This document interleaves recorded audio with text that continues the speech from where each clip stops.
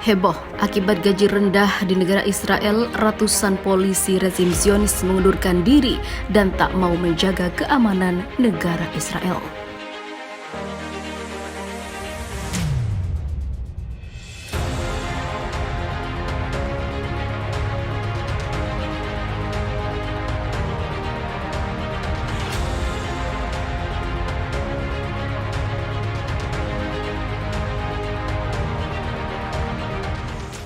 Menggemparkan Israel, ratusan polisi yang berada di Palestina pendudukan sejak awal tahun mengundurkan diri sebagai protes rendahnya gaji mereka yang diberikan oleh Zionis Israel.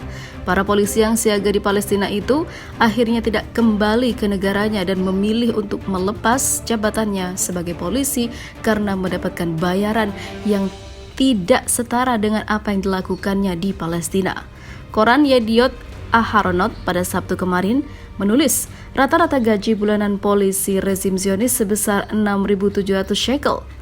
Lebih lanjut, laporan ini menyebutkan bahwa awal tahun ini lebih dari 400 polisi rezim Zionis mengundurkan diri dan 101 orang diantaranya mundur pada bulan Mei Juni, dan itu tercatat dalam rekor sebagai pengunduran diri terbanyak di Israel.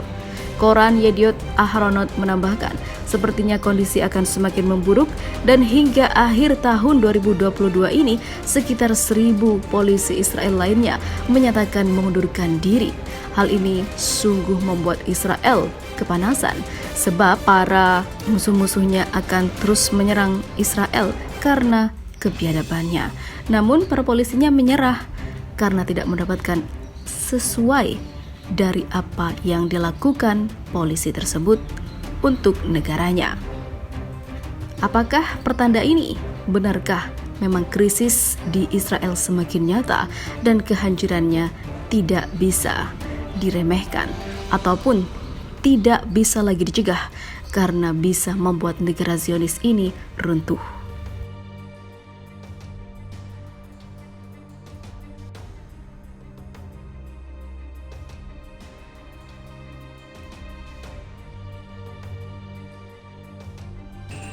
Gawat, pangkalan Angkatan Udara Israel akan lumpuh di perang mendatang menurut Jenderal Zionis ini. Seorang jenderal Israel menjelaskan kondisi buruk pangkalan-pangkalan udara rezim ini dan mengakui bahwa pangkalan-pangkalan tersebut tidak siap untuk menghadapi perang multifront di masa depan. Seperti dikutip dari Haaretz mengatakan, pangkalan-pangkalan udara Israel dalam perang multifront mendatang akan menjadi sasaran strategis musuh.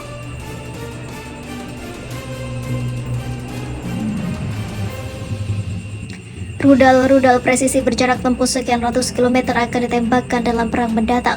Begitu juga drone-drone akan menyasar pangkalan-pangkalan Israel dari jarak beberapa ratus kilometer. Ia juga menambahkan Angkatan Udara Israel tidak siap untuk menghadapi perang ini. Inilah kenyataan yang ada. Israel hanya menakut-nakuti, bahkan Amerika tak berkutik untuk memberikan bantuan lebih kepada rezim Zionis. Ditambah dengan minimnya fasilitas di pangkalan-pangkalan itu dari sisi sumber daya manusia dan juga peralatan untuk menjamin berlanjutnya peperangan multifront akan cepat usang. Jenderal Israel itu juga menegaskan sebagian besar divisi yang ada di pangkalan-pangkalan udara Israel hari itu sedang mengalami keruntuhan. Tidak ada tanggung jawab, tidak ada sarana untuk mematikan api, dan hampir tidak ada satupun ambulans dan kendaraan transportasi, serta kendaraan yang lainnya. Militer Israel tidak siap memasuki perang yang akan datang. Pada saat yang sama, para komandan serta pejabat militer tidak memperhatikan kelangkaan dan permasalahan yang ada di angkatan bersenjata, pungkasnya.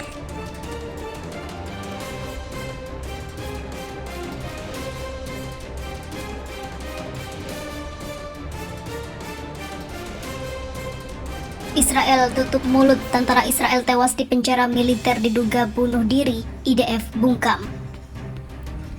Seorang tentara yang tewas diduga bunuh diri di penjara militer bulan lalu adalah seorang perwira intelijen militer Israel, namun militer Zionis menutup kasus itu. Pasukan pertahanan Israel mengizinkan media untuk melaporkannya minggu ini meskipun banyak aspek dari kasus tersebut tetap disensor secara ketat. Di tengah pertempuran dengan Hamas di Gaza, IDF mengumumkan bahwa seorang tentara di penjara Neve Zedek yang baru dibuka telah meninggal dalam keadaan yang tidak jelas. Tentara yang merupakan perwira intelijen itu ditemukan dalam kondisi serius di selnya dan kemudian dinyatakan meninggal dalam apa yang dikatakan pejabat militer sebagai dugaan bunuh diri, meskipun tidak ada penyebab resmi kematian yang ditemukan. Segala sesuatu yang lain tentang kasus ini termasuk identitas dan kejahatan yang didakwakan padanya tetap dirahasiakan. Namun minggu ini setelah banding oleh situs berita YNET dan outlet media lainnya, militer mengizinkannya untuk mengungkapkan bahwa prajurit itu adalah seorang perwira di unit intelijen yang telah didakwa pada September ini. Pada hari Kamis, militer juga merilis bahwa perwira tersebut tidak didakwa melakukan spionase atau pengkhianatan, juga tidak berhubungan dengan agen asing, dan bukan merupakan aset seseorang. Semua aspek lain dari kasus ini termasuk unit persisnya perwira yang bertugas dan sifat kejahatan yang dituduhkan tidak dapat dipublikasikan karena perintah dari sensor militer dan 2 perintah pembungkaman yang dikeluarkan pengadilan.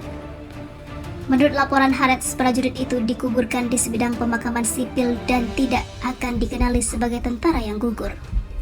IDF mengkonfirmasi bahwa ini adalah kasusnya karena tentara tersebut telah secara resmi diberhentikan dari tentara saat berada di penjara dan karenanya tidak memenuhi syarat untuk pemakaman militer. Prajurit itu digambarkan oleh orang-orang yang bekerja dengan sebagai ahli komputer yang mulai bekerja dalam pemrograman saat remaja. Dia adalah salah satu insinyur terbaik yang pernah saya temui. Saya mendapat hak istimewa untuk merekrutnya dan menjadi bosnya selama 18 bulan.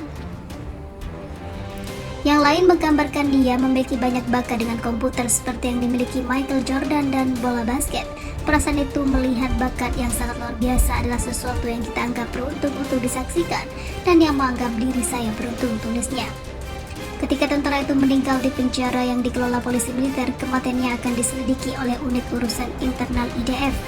Melalui seorang pengacara, keluarga tentara tersebut mengatakan bahwa mereka sedang berduka atas putra mereka dan sedang menunggu hasil penyelidikan.